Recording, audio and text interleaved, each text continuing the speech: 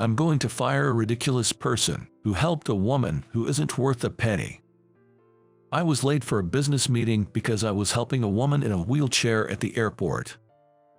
That's why I was fired from the company today. But I don't regret it. I'm sure if I had ignored her, I would have felt a nagging sense of guilt every day. As I was packing to leave the company, the manager, Bill, came running frantically. "Mr. Hayes, you need to see the news right now." President Hayes's face drained of color. Not knowing what was happening, I looked at TV and saw the woman in the wheelchair that I had helped. In the next moment, I understood everything. Yes, actually she was. My name is Tyler, I'm 28. I'm just an ordinary office worker at a care products company. I've been working for this company since I graduated, and recently, as the company's sales performance improved, my income has slightly increased. I was, of course, happy about the company's growth. However, I felt a bit uneasy about the way the company was doing business. This was because, under the direction of Bill, who is my manager, we had started adopting a sales style that prioritized pushing products over considering the benefits for our customers. While we were creating reliable products, and this sales style did increase our transactions, I questioned the practice of selling products to people who didn't need them. I once confronted Bill about our current sales approach, but he wouldn't even listen. "Bill, shouldn't we change our sales approach a bit? We're increasing our transactions, so why change?" True, our transactions are up, but this approach might harm our reputation with customers in the long run. We shouldn't worry about our reputation. But I think there's no need to push unnecessary products.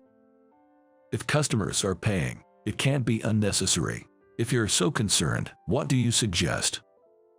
Maybe something that responds to the customer's needs. That sounds like an excuse from someone who can't do their job. Well, you haven't been doing well, have you? Your performance has always been terrible. Before the sales policy change, I was always among the top performers in the company. But since the change, I couldn't adapt, and my ability to close deals faltered.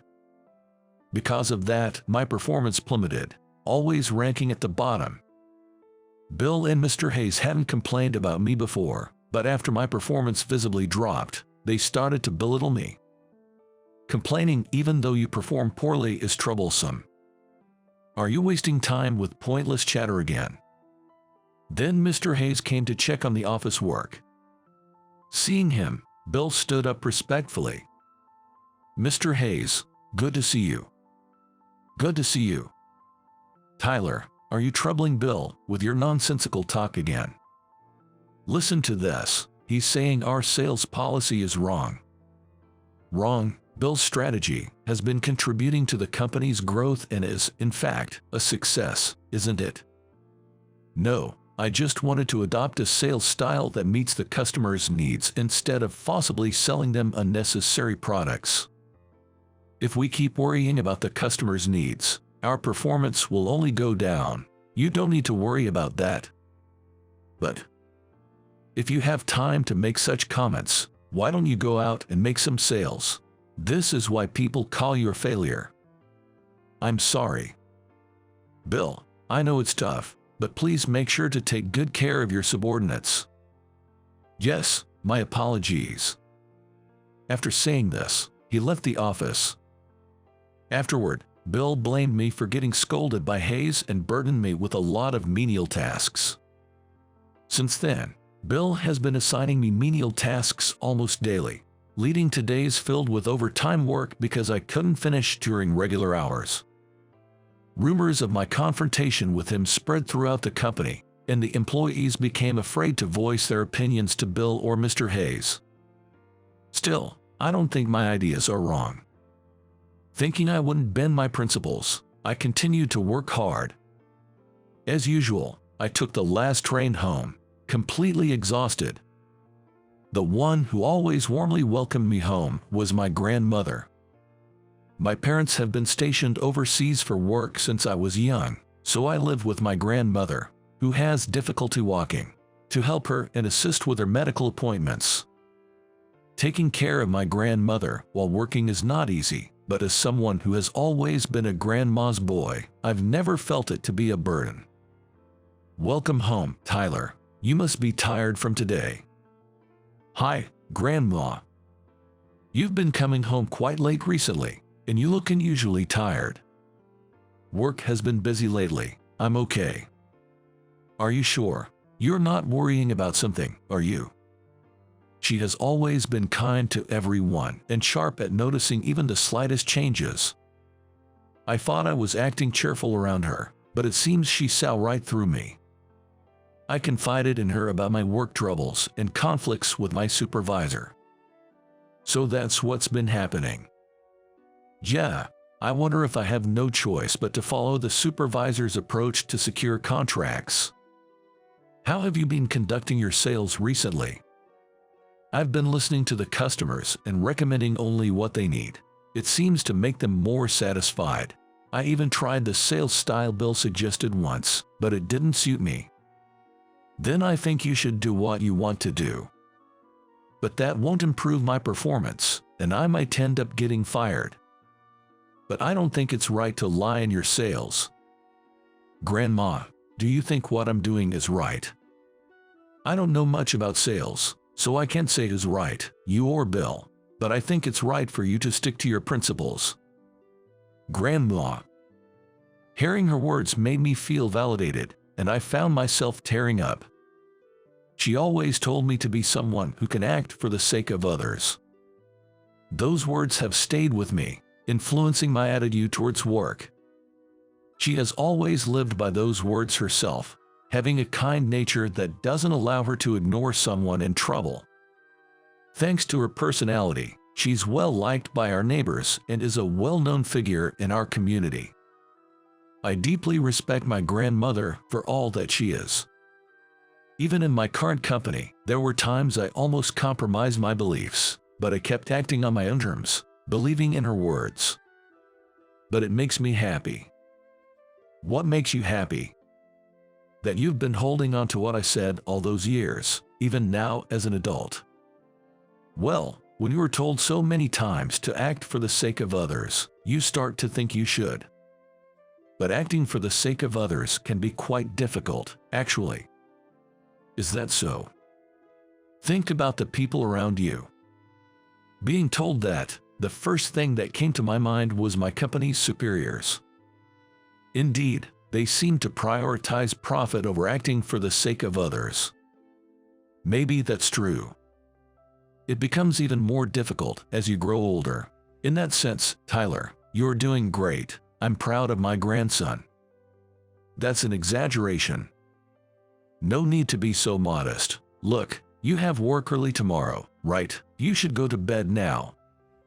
Yeah, I understand. Good night. I finished preparing for bed and lay down immediately. Normally, my mind would be filled with anxieties, making it hard to fall asleep, but tonight I fell asleep quickly. Talking to my grandmother must have eased my mind. It was the first night in a long time that I felt motivated to do my best at work again from tomorrow. Even after that, I continued working while sticking to my principles. Of course, my performance didn't improve, and I was always being picked on by Bill and Mr. Hayes. Overtime became a daily occurrence, and I would return home late every night. You're always slow at work, and your performance is at the bottom. You're really a burden. I'm sorry. I wish you could bring in a big deal for once. A big deal? Well, it's probably impossible for you, but anyway, I need this task done by today. By today, but there's only 30 minutes left until the end of the workday, and I still have other tasks pending. You can't even do that. Other employees manage more work within the time. Understood. I'll take it on. Days like this continued, and sometimes I missed the last train and had to stay overnight at the office to work. Yet, remembering my grandmother's words, I never bent my principles. One day, when I visited a regular client, something unexpected happened. I'm really grateful for everything you've done for us, Tyler. No, I should be the one thanking you. I truly appreciate it. The fact that we can have such pleasant transactions is thanks to you always listening sincerely and explaining the products carefully. That's too kind. I'm just doing what I believe is right. I was wondering if I could entrust this to you, Tyler. Huh? There's a certain company looking for a new trading partner. I thought, how about Tyler's company? Really? Which company would that be? It's Johnson Corporation. Johnson Corporation, that's a major company, isn't it? Are you sure I'm the right person for this? Yes, I'd like to ask you specifically. They value not just the product quality but also the character of their partners. So I can trust you with this. Our company does take pride in our product quality. I'm honored that you think so highly of me. So, will you take it on? Yes, please count on me. Through the client, I managed to get in touch with a major corporation. A few days later, I received a call from Johnson Corporation. And unbelievably, a deal worth $100 million was decided, with me in charge. When Bill learned that I had secured a deal with Johnson Corporation, he was quite shocked. You secured a deal with Johnson Corporation? Yes, it seems to be a significant deal. This isn't some kind of mistake, is it? No, it's not. This is a matter of the company's future. Yes, that's why I was hoping Bill could join the negotiation as well. Of course, I'll join. I'm even thinking of replacing you with a more capable employee for this. Before I knew it, Mr. Hayes had stormed into the office, probably having caught wind of the situation. Everyone in the office turned their attention to us, wondering what was happening. Is it true that we've secured a deal with Johnson Corporation? It seems Tyler was the one who managed it. You did? How? It was through a connection with a regular contact we have. This is crucial for the future of our company. Would it be all right to replace Tyler with another employee for this negotiation? No, that's not working. It's his connection after all, and more importantly, the other party has specifically requested Tyler. They requested me. Yes, so make sure you don't embarrass us. Also, I'll be joining the negotiation as well. You will be joining too. Of course, the fate of our company is at stake here. Bill, make sure you accompany us properly. Understood. And so, I, along with Bill and Mr. Hayes, began to prepare thoroughly for the negotiation. We meticulously planned the negotiation content and presentation, and I was made to practice the presentation over and over. For a while, the company's focus was mainly on preparing for this negotiation. Despite receiving numerous criticisms, I accepted them all and continued to practice repeatedly. This way, I was able to prepare thoroughly and be in the best possible shape for the negotiation. On the day of the negotiation, I was reviewing the presentation materials until the last minute. Noticing this, my grandmother spoke to me. Today's the day of that big negotiation, isn't it? Yeah, the company we're negotiating with is located far away, so I have to take a plane, and I'll be staying there tonight. You're always so busy, but do your best today. Yay, I'll definitely make the negotiation a success.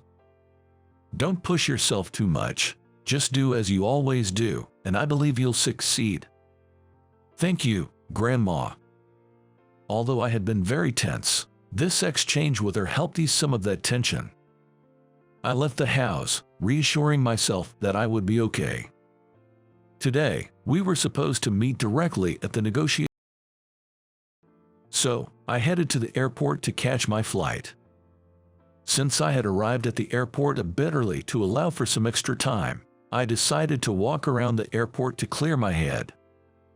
That's when I noticed a woman in a wheelchair looking distressed and seeking help. The airport was crowded, and the staff seemed too busy with their duties to notice her. Looking at the clock, I realized it was almost time to go through security, but I couldn't ignore the woman in need. I might miss my flight if I don't go through security now, but how can I ignore someone in trouble right in front of me? Hesitating, I remembered my grandmother's words. Be someone who can act for the sake of others. Ignoring my principles was something I just couldn't do, not when I respected my grandmother's words so much. I hurried over to the woman. Excuse me, is there something wrong? It's just that my wheelchair suddenly stopped moving, and I need to catch my next flight quickly. It stopped moving. She seemed to be in a hurry. Fortunately, having a grandmother who uses a wheelchair, I had a fair amount of knowledge about them. I quickly found what seemed to be the problem and started fixing it with practiced hands. Do you think it can be fixed? Most likely, it should be fine. You seem experienced. Do you work in caregiving? Well, I do something related, but I'm also used to handling wheelchairs because my grandmother uses one. That's very reassuring to hear. After a bit of effort, I managed to fix the wheelchair successfully. The wheelchair started moving again, and noticing the woman's urgency, I explained her situation to a staff member who happened to be free and asked them to accompany her to her flight. Thank you so much for everything. It's nothing, really. When I checked the time, the plane I was supposed to board had already taken off. I hurriedly said goodbye to the woman and rushed to change my reservation to the next available flight. As I was about to leave, I heard the woman calling out to me from behind. Please wait. My name is Haley Eris. May I have your name? I'm Tyler. Here, take my business card if you'd like. Well then, I must go. Thank you very much. I handed Haley my business card from my suit pocket. And then I quickly left the scene and completed the necessary procedures. In the midst of the chaos, I also informed Bill over the phone that I had missed my flight and would be taking the next one. Despite the rush, I managed to catch the next flight and boarded the plane. After landing, I headed to the company using the shortest route but ended up being 5 minutes late. Bill and Mr. Hayes were already there, waiting for me, visibly furious for making them wait. How dare you be late on such an important day for our negotiation? I'm terribly sorry. You've just tanked our credibility with the client. How do you plan to take responsibility for this? By the way, why were you late? Well, actually, I explained the incident at the airport to them. I thought they would understand if I explained, but it seems that was just my wishful thinking.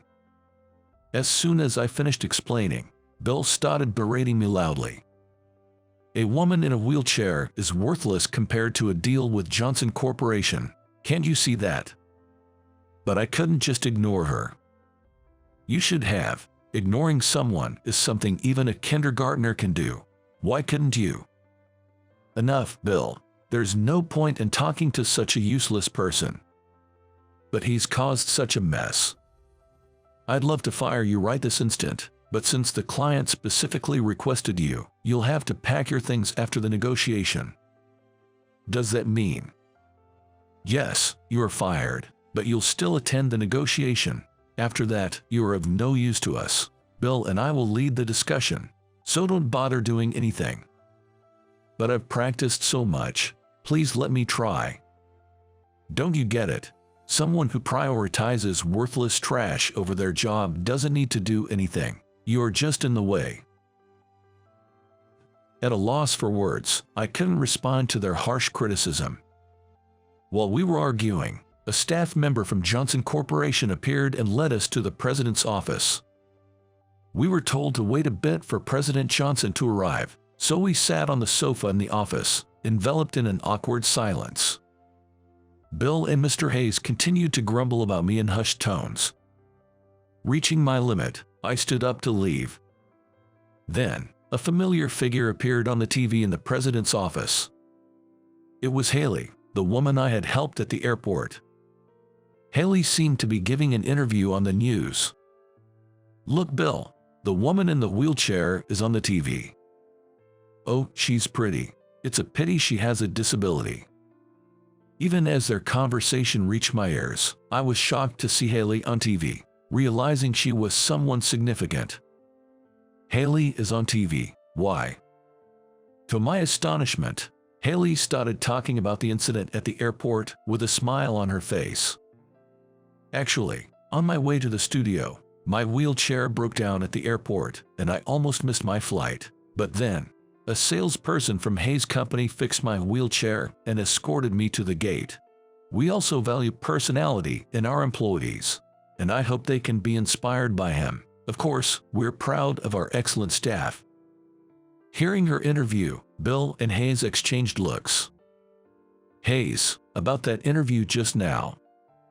No way, that can't be it. Then, President Johnson finally appeared in the office. Sorry for the delay. Not at all, it's totally fine. We apologize for taking up your time.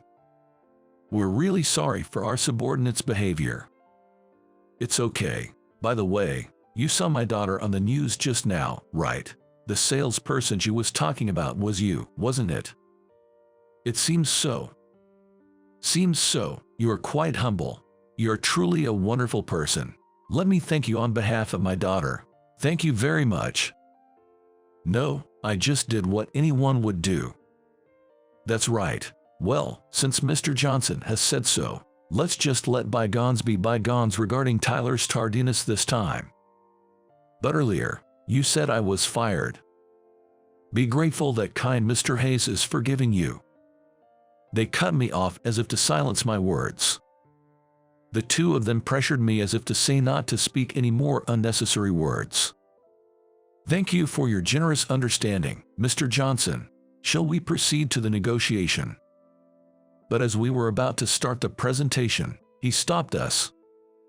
No need for that. Does that mean? They, seeing his positive reaction to me, were perhaps hoping that he would accept the deal. They smiled with joy. Does this mean the deal is set? You truly have an eye for quality, to recognize our value without even needing a presentation.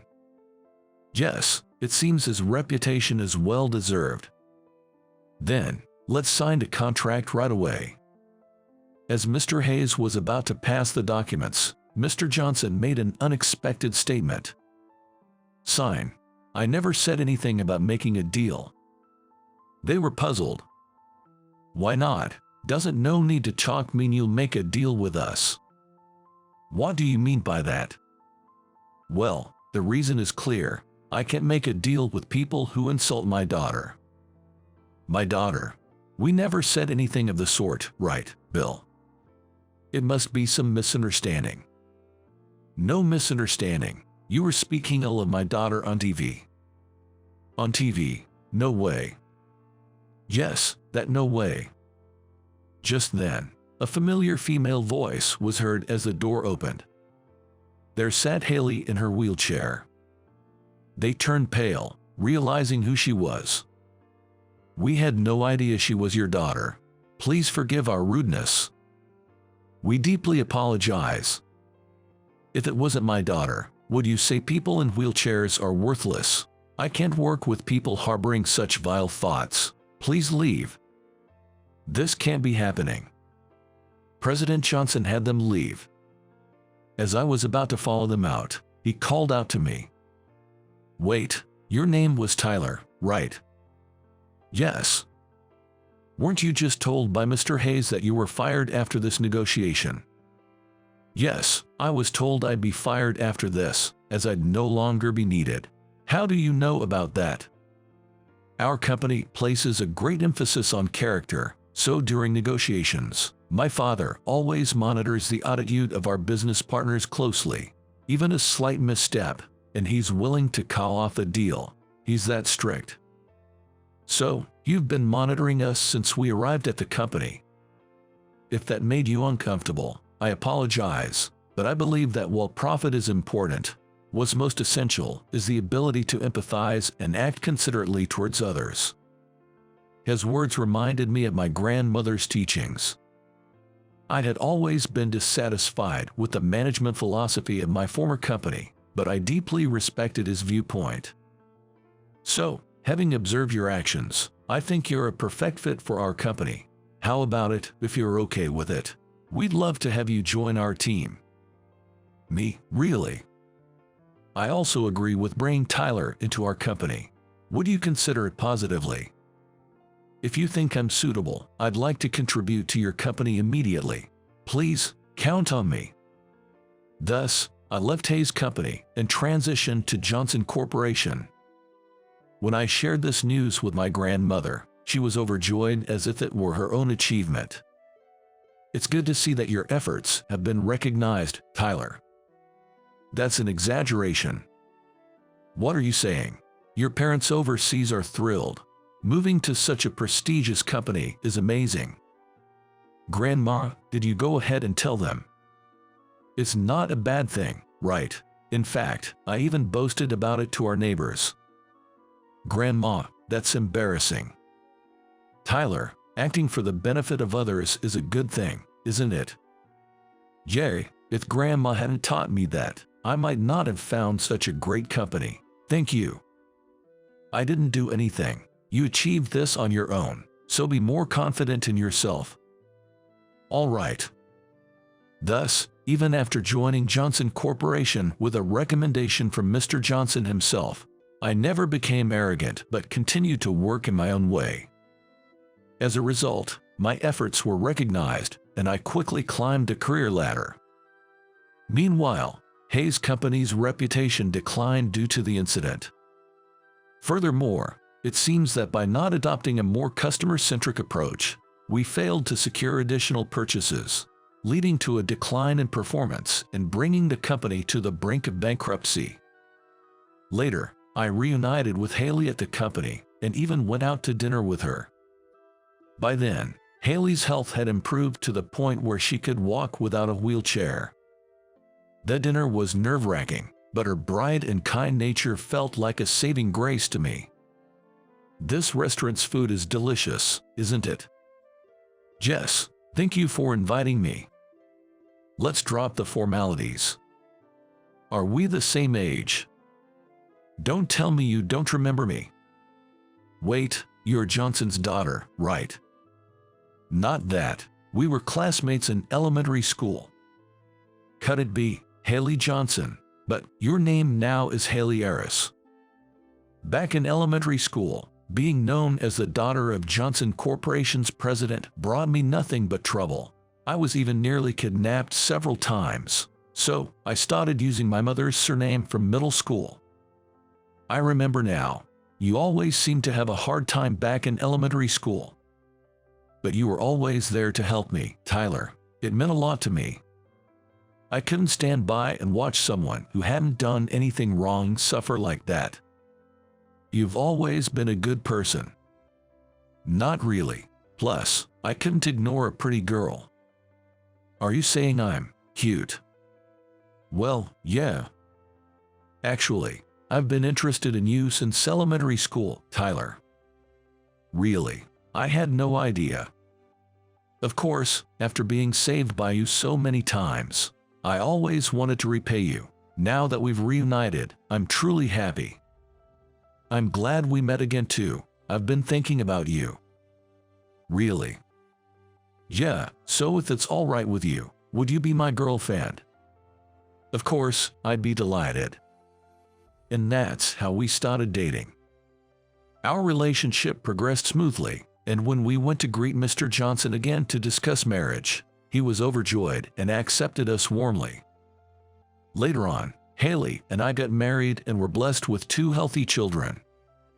As a prospective future president, I work hard every day, and now, blessed with a family, I lead a happy life.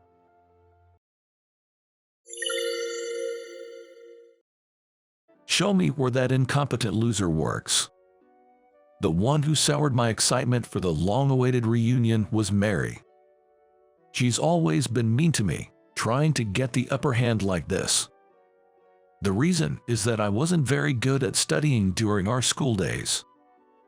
I was irritated by her holding on to that, even at 40, but at the same time, I was impressed she could remember such things. It seems Mary, who thinks I'm incompetent because I wasn't good at studying, wants to see where I work. So, after the reunion, I decided to take her to her husband's company's CEO office. She doesn't know I'm the CEO of a major company with 7,500 employees and laughs at me for not teasing her. However, when her husband came out from inside the office and explained the situation, she turned pale. And then, she regretted her past actions. My name is Robert. I'm turning 40 this year. I run a company with 7,500 employees and have recently managed to take some time off. When the company was new, I was too busy to even think about leisure, let alone attend reunions. But I've RSVP'd to the upcoming reunion. This reunion will be attended by classmates from our senior year of high school. As I looked through the yearbook to see who would be there, among all the familiar faces, there was one that made me feel a sense of aversion. That person was Mary, who used to lead our class. She was a kind of leader in our class, always in charge of organizing class events and was part of the so-called popular group. Looking at Mary's photo, I couldn't help but remember the past. I think it was sometime in our senior year. Unfortunately, I ended up surrounded by girls after a seat change. For someone like me, who enjoyed whispering with friends during class, it wasn't exactly the best environment. Then, an incident happened. That day, my close friend was absent, and I was eating lunch alone. Surrounded by groups of girls at the surrounding desks, I felt slightly uncomfortable as I popped a side dish into my mouth. Hearing the beautiful chirping of birds from outside, I instinctively wanted to see the view and looked up towards the window. At that moment, I made eye contact with a girl nearby. That girl was Mary. "Hey, what are you looking at? You were just staring at my chest, weren't you?" I was just trying to look outside." "What? Are you saying I misunderstood?" "No, it's not like that, but..." For some reason, she was convinced I was looking at her chest and kept accusing me throughout lunch break. Moreover, her voice carried across the classroom, turning the suspicion into a source of cold stares from classmates. No matter how much I tried to explain, Mary seemed determined to paint me as a bad guy. Eventually, the classmates' misunderstanding was cleared, but that was the start of the harassment from Mary and her friends. "There you go looking my way again. It's creepy, so stop it." "I told you, I'm not looking at you." "Sure you're not." Accusations like these were frequent, and sometimes they'd even hide my textbooks. My classmates and friends always came to my rescue, but Mary never stopped her harassment. In fact, her anger only grew when she saw I had support, escalating her behavior. For example, she'd write fake love letters to call me out, only to ridicule my earnest waiting, or she'd give me a different meetup location for a class party. Luckily, I was supposed to go to the party with a friend, so I managed to get to the right location. Mary didn't stop her harassment until we graduated. I have completely forgotten about her after graduation, but it seems she'll also be attending this reunion. Despite a slight sense of dread, I was looking forward to seeing my old classmates after such a long time. 1 month after receiving the invitation, the day of the reunion finally arrived. Having finished important work the day before, I was ready to fully enjoy the reunion today. With a mix of nervousness and excitement, I headed to the venue for the reunion. This time, it seems there are many attendees, so a slightly more upscale venue was chosen. The plan was to use a luxury hotel as the venue, with a participation fee of $100 per person, which is a bit on the higher side. But at 40, most people can afford that amount without much trouble. I took the elevator to the designated floor and checked a guide board. Upon arriving, I handed an envelope containing the participation fee to a classmate at the reception and entered the venue, where several people had already arrived. Looking around, I immediately spotted Mary. Wanting to avoid her as much as possible, I tried to move to the edge of the room, but unfortunately, I seemed to have caught her eye. Noticing me, Mary happily hurried over. "I never thought you'd attend the reunion. Did you actually pay the fee?" "It's been a while. I just handed it over at the reception." "Really? You probably had someone else pay for you." "I paid with my own wallet, actually." Right from the start, Mary was throwing snide remarks my way. I thought she might have matured at 40, but she's just the same as she was in school. My faint hope that we might get along now was dashed, and with a slightly slumped shoulder, I decided to go get a drink. I headed for the drinks to shake off Mary, but somehow, she followed me. She then started asking various things, like what job I'm doing now and how much money I have. "Hey, where do you work now?" "Well, you can't say, can you? My husband, you see, works at a major corporation and is incredibly handsome." Stumbling over my words, Mary took it as a sign that I worked somewhere unmentionable and began boasting about her husband. They met at a mixer and got married quickly. She can live on her husband's salary alone, so Mary became a homemaker. And now, they're blessed with 2 children and living a comfortable life. "Well, I'm not like you, a poor person." "Poor person?" "Yeah, you were never good at studying back in school." "That was decades ago, wasn't it?" It seems Mary still remembers my struggle with studies and teases me about it. While I'm irritated that she's still hung up on it even at 40, I can't help but admire her memory for such things. Mary, who has always been called pretty, had grades similar to mine, yet her self-esteem is quite high. It would be fine if it was just high self-esteem, but it's troubling because she tries to put others down to lift herself up. The classmates seemed to hear Mary's voice, visibly frowning, but she didn't care and kept bad-mouthing me. As the reunion went on, I enjoyed catching up with old friends, but towards the end, Mary cornered me again. "Show me where that incompetent poor person works." "My workplace."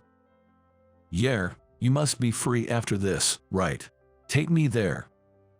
She seems to still want to look down on me. I hesitated a bit, but it would be annoying to leave her with the wrong impression, so I decided to take her to my workplace. "All right, meet me in front of the hotel after the reunion is over." "I'm looking forward to it. You're probably working in some rundown building, right?" Later, Mary and I met in front of the hotel and took a taxi to my workplace. My office is in a prime location in downtown. As the taxi got closer to downtown, Mary began to get restless. When I got out of the taxi in front of a certain building, she started looking around nervously. "Where's your workplace?" "Right here. This building in front of us." "This building is your workplace. Oh, I get it. You must be working as a cleaner or security guard here, right?" Seeing the sizable building, Mary, perhaps flustered, started talking under the assumption that I was dispatched there rather than working there. "But I am the CEO who manages this entire building, and I need her to know that." I interrupted Mary's speech to tell her the truth. "You might want to deny it, but I'm the CEO of the company in this building." "Well, what? CEO? I could believe you're an employee, but CEO is stretching it too far." "Is it? I started this company from scratch about 10 years ago and became the CEO." "Don't lie. There's no way you could be a CEO. Show me some proof." When Mary demanded proof that I was the company's CEO, I pulled out my business card holder from my pocket. I carefully extracted a business card and presented it to her with both hands. Mary took the business card from me and scrutinized the text as if she could bore holes through it. "See, it clearly says CEO. Does this convince you?" "I won't believe it just because of this. Anyone can forge a business card."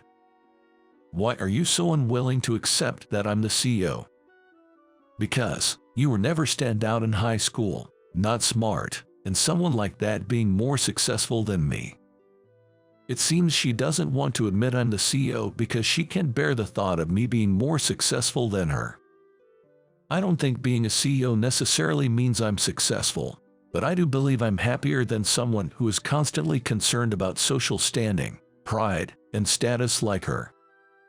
Mary looked at the business card again and seemed to realize something. This company, come to think of it, it might have the same name as the company where my husband works. Turns out, the husband Mary had been bragging about works at my company. Still, it's thought she only has a vague memory of the name of the company her husband works for. What kind of conversations do they have regularly? Setting that aside, I decided to ask for more details. From the industry and company name she mentioned, and after hearing about the nature of the work, it was almost certain her husband worked at my company. So, my husband works under you. That's impossible. If that's true, it would be quite ironic. Ironic? What's so funny about it? The fact that you've been looking down on me all this time. My frustration built up over time made me say such things. Normally, I wouldn't speak ill of others or make snide remarks, but conversing with Mary disrupts my pace. Mary, provoked by my words, was trembling and clenching her fists. This might escalate into a shouting match. How should I defuse this situation? As I was pondering, someone came running out of the building. "Hey, isn't that Mary? What are you doing here?" The person who emerged from the building was Steve, Mary's husband. This confirmed that Mary's husband worked at my company. She awkwardly greeted Steve while looking uncomfortable. "Just passing by and thought I'd stop by."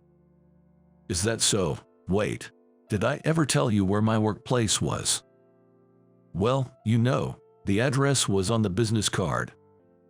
"Did I give you my business card? By the way, Mary, why are you with President Williams?"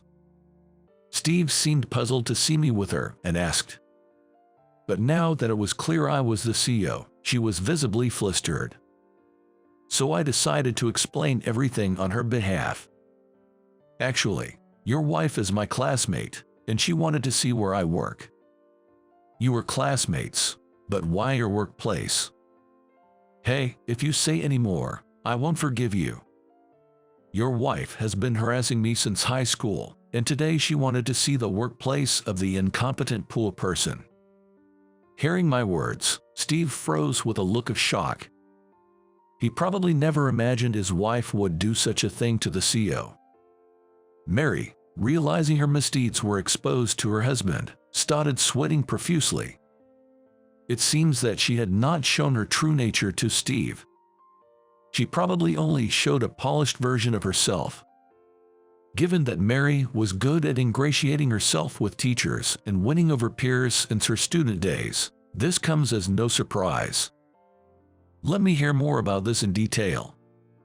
No, what I just said was just a joke among classmates. Don't take it seriously, okay? It's no joke. Are you planning to harass me and then make excuses? Would you just shut up? It's so annoying, especially from someone as introverted as you. Faced with my persistent remarks, Mary finally raised her voice. She covered her mouth in shock, but it was already too late. Steve seems to have developed a distrust towards Mary. In high school, Mary had a few boyfriends whom she switched between, but eventually, her true nature was exposed, and they broke up with her. The same might happen this time. She seemed to realize this, looking at Steve with a frightened expression. Come to think of it, Mary mentioned she had become a housewife. If they were to talk about divorce now, it would surely lead to a massive confrontation. However, Steve did not immediately suggest divorce. But he seemed unable to forgive his wife for being rude to me, and said this. "Mary, I'm disappointed in you. I thought you were a good wife." "I didn't do anything. It's true. Believe me, not this person." There's no way he would lie. Besides, actually, The kids have come to me with some concerns too. Concerns about what? It seems the kids have also noticed Mary's unpleasant character and have discussed it with their father, Steve. Considering the numerous troubles she has caused at the kids' school, they are under a lot of stress. From dominating conversations among mothers to demanding preferential treatment for her child from teachers, I couldn't help but nod as Steve told me these stories. I haven't seen Mary since our senior year of high school, but somehow, I can imagine.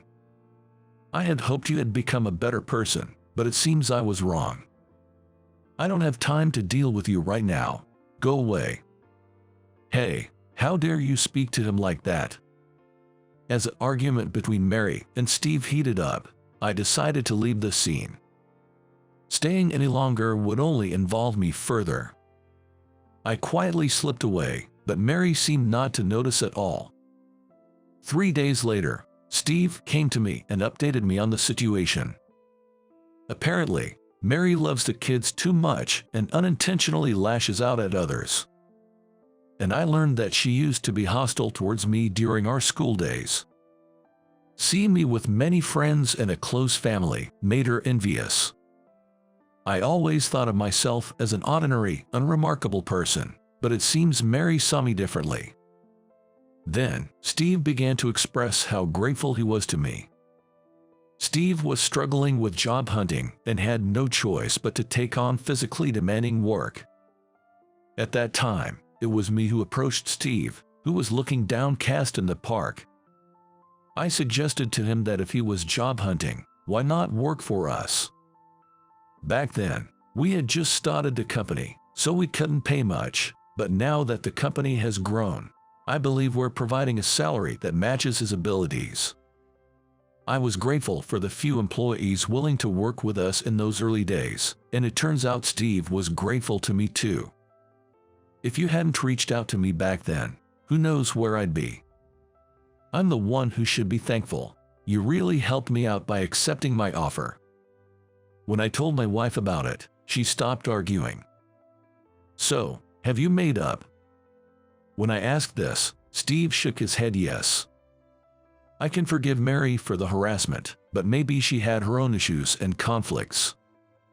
It just so happened that I was the target of her harassment at the time. Mary still sulks at times, but she seems to have a keener expression than before. And then, for some reason, on Valentine's Day, Steve gave me chocolates. I was told Mary was the one who sent the chocolates, and I was quite surprised. Why would Mary give me chocolates? Maybe it's her way of apologizing. Please do accept them. An apology. Then I have no choice but to accept. With that, I took the chocolates that were offered. Unwrapping them, I found a letter of apology inside.